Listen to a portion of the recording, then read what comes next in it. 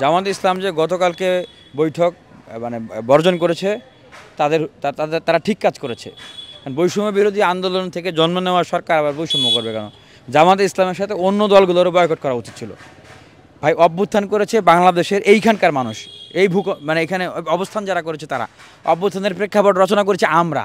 Jail খেটেছি, জুলুমের শিকার হয়েছি, অত্যাচারে গেছি, রিমান্ডের শিকার হয়েছি, স্নাইপারের সামনে বুক পেতে দিয়েছি। আমরা তো মরে যেতে পারতাম ভাই, তারপরেও কি আমরা দেশ ছেড়ে চলে যাইনি? আমরা দেশের মানুষকে আগলে রেখেছি। হ্যাঁ, আমাদের জীবনের বিনিময়েও দেশের মানুষের আমরা মুক্তি চেয়েছি। বেগম খালেদা জিয়া, আমি তাকে স্যালুট জানাই, উনি দেশ ছেড়ে চলে যায় নাই। হ্যাঁ, উনি নিজের জীবন দিয়ে দেশের মানুষকে আগলে রেখেছে। হ্যাঁ, জামাত ইসলামের নেতারা গণ অধিকার পরিষদের নুরুল হক নূর, তাকে তো অফার করেছিল তুই বিদেশ চলে যাও, সে তো যায় নাই। বাঁচলে দেশের মানুষের সাথে বাঁচলো, মরলে দেশের মানুষের জন্য মরবো। হ্যাঁ, আমি যদি মরে যাই তাহলে আপনারা আমার সংগ্রামকে চালিয়ে নিয়ে যান।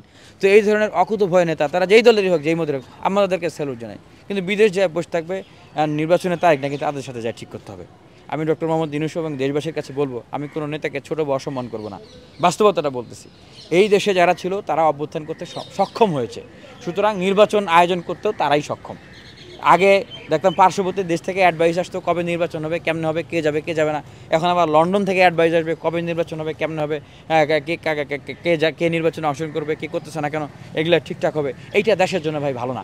দেশের মানুষের নেতৃত্ব দিতে হলে দেশে থেকেই নেতৃত্ব দিতে হবে। এবং একটা জনপদের জনগোষ্ঠী দেখবেন ঠিক সময় মতো ক্রাইসিসের ভিতর দিয়ে তাদের নেতাকে তারা চিনে নেয়, ঠিক করে নেয়।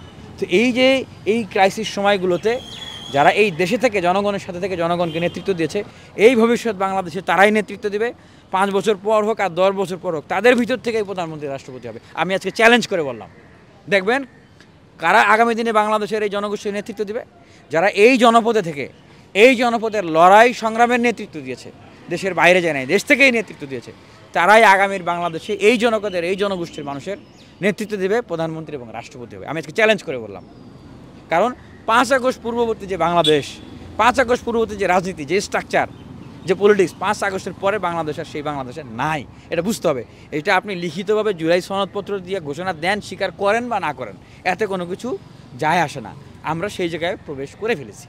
For more updates, follow us on Facebook, subscribe our YouTube channel, get the latest update on www.daily-sun.com.